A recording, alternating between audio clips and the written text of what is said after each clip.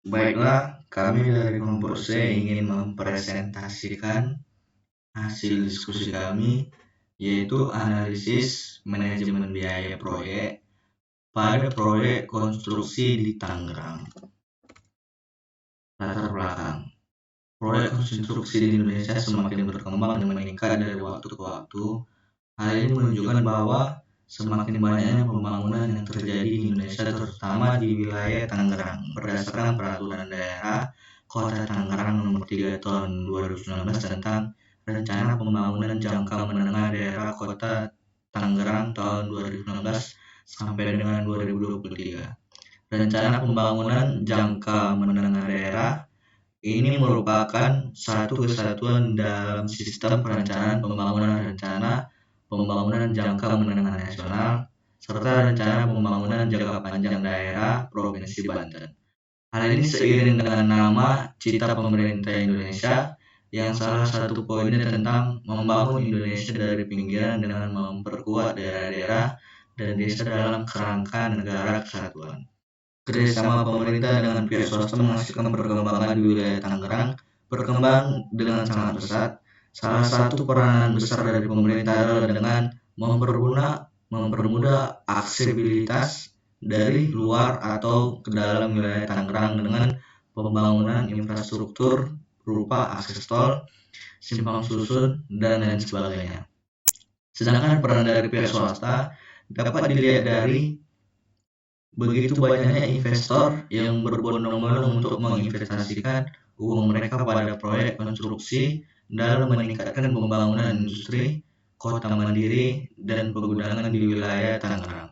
Sehingga banyak perusahaan konstruksi, terutama di wilayah Tangerang, yang kini berkembang dengan pesat. Kurangnya pemahaman serta penerapan dalam manajemen biaya proyek yang menyebabkan pembengkakan biaya proyek seringkali terjadi di wilayah Tangerang. Selanjutnya akan dilanjutkan oleh teman saya.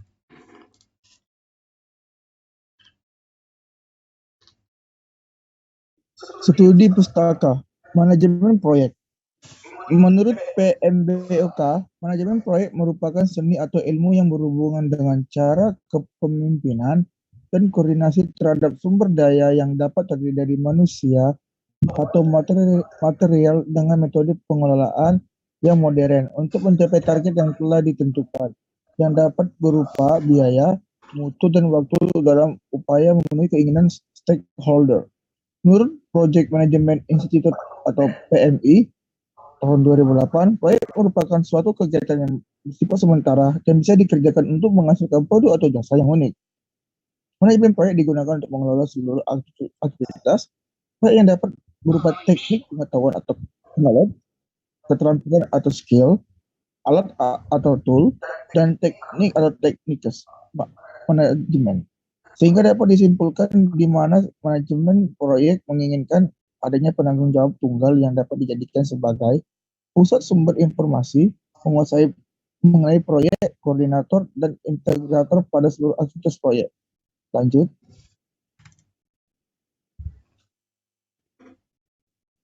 Fungsi manajemen proyek. Menurut Dimyati dan Nurjana tahun 2014, manajemen mengenai fungsi dari manajemen proyek adalah sebagai berikut. Pertama, fungsi perencanaan atau planning.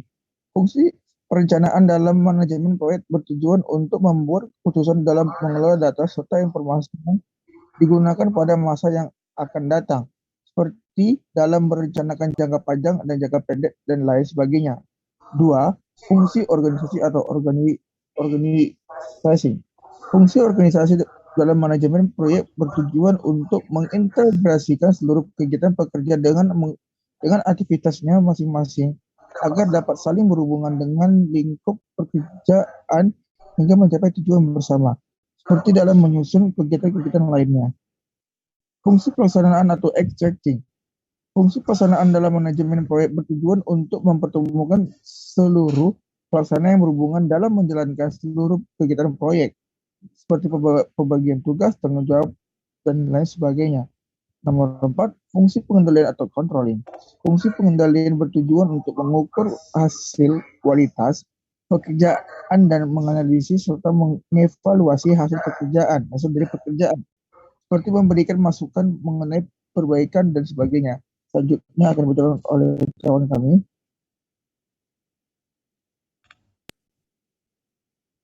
Hasil penelitian yang relevan. Studi literatur yang dilakukan dalam penelitian ini diambil dari hasil penelitian berupa jurnal serta proceeding dalam kurun waktu 10 tahun terakhir yang dianggap relevan oleh penelitian yang dapat dilihat pada tabel 1. Berikut adalah daftar dari jurnal-jurnal yang digunakan dalam penelitian ini. Bisa kalian lihat, inilah tabel 1 hasil penelitian yang relevan. Selanjutnya, metode deskriptif merupakan metode penelitian yang digunakan dalam penelitian ini karena dapat menggambarkan karakteristik objek yang diteliti secara sistematis dan tebalnya. Bisa kalian perhatikan gambar 2, diagram alir penelitian. Setelah akan dilanjutkan oleh kawan saya. Berdasarkan gambar 2 menjelaskan mengenai proses penelitian yang dilakukan dalam penelitian ini.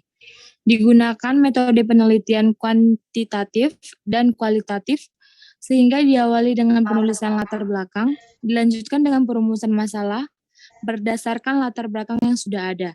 Studi literatur yang dilakukan dalam penelitian ini bersumber dari jurnal dan proceeding yang memiliki relevansi dengan kurun waktu 10 tahun terakhir. Dari hasil studi literatur yang dilakukan, penelitian mendapatkan 4 faktor utama: manajemen biaya proyek, cost planning, cost implementasi, cost evaluation, dan cost control, serta 83 variabel pendukungnya. Pada penelitian ini menggunakan metode DELPI dalam menganalisis faktor dan variabel yang sudah terkumpul dalam bentuk validasi pakar yang diberikan kepada pakar atau ahli pada bidang konstruksi untuk mengetahui pendapat terhadap faktor dan variabel yang akan diteliti. Validasi pakar kemudian akan diberikan kepada 5 ahli pakar dalam bidang konstruksi yang memiliki latar belakang pengalaman kerja yang berbeda. Sehingga data yang dihasilkan dapat mewakili berbagai lingkup bidang konstruksi yang dapat dilihat pada tabel 2 mengenai deskripsi ahli atau pakar dalam penelitian. Selanjutnya, teman saya. Hasil dan pembahasan. Berdasarkan hasil penelitian dan studi literatur yang telah dilakukan dalam penelitian ini, didapatkan beberapa proses manajemen biaya proyek yang dalam penerapannya mencakup dari awal perencanaan proyek hingga akhir proyek selesai. Dari proses penerapan manajemen biaya proyek tersebut dapat diwakilkan ke dalam 4 faktor manajemen biaya proyek, yaitu yang pertama faktor cost planning, yang kedua faktor cost implementation, yang ketiga faktor cost evaluation, yang keempat faktor cost control. Dari 4 faktor manajemen biaya proyek yang didapatkan dari studi literatur, kemudian penelitian mendapatkan 83 variabel pendukung yang bersumber dari jurnal, buku, dan proceeding yang relevan dalam kurun waktu 10 tahun terakhir yang dapat dilihat pada tabel 3. Kemudian 83 variabel tersebut dibuat menjadi kuesioner atau angket validasi pakar yang kemudian diberikan kepada ahli atau pakar. Hasil dari validasi pakar tersebut terdapat 2 variabel yang dibuang, yaitu variabel kali 10 optimism bias dan 1064 again in business. Selanjutnya, kesimpulan. Berdasarkan hasil penelitian yang telah dilakukan dalam penelitian ini didapatkan beberapa kesimpulan sebagai berikut.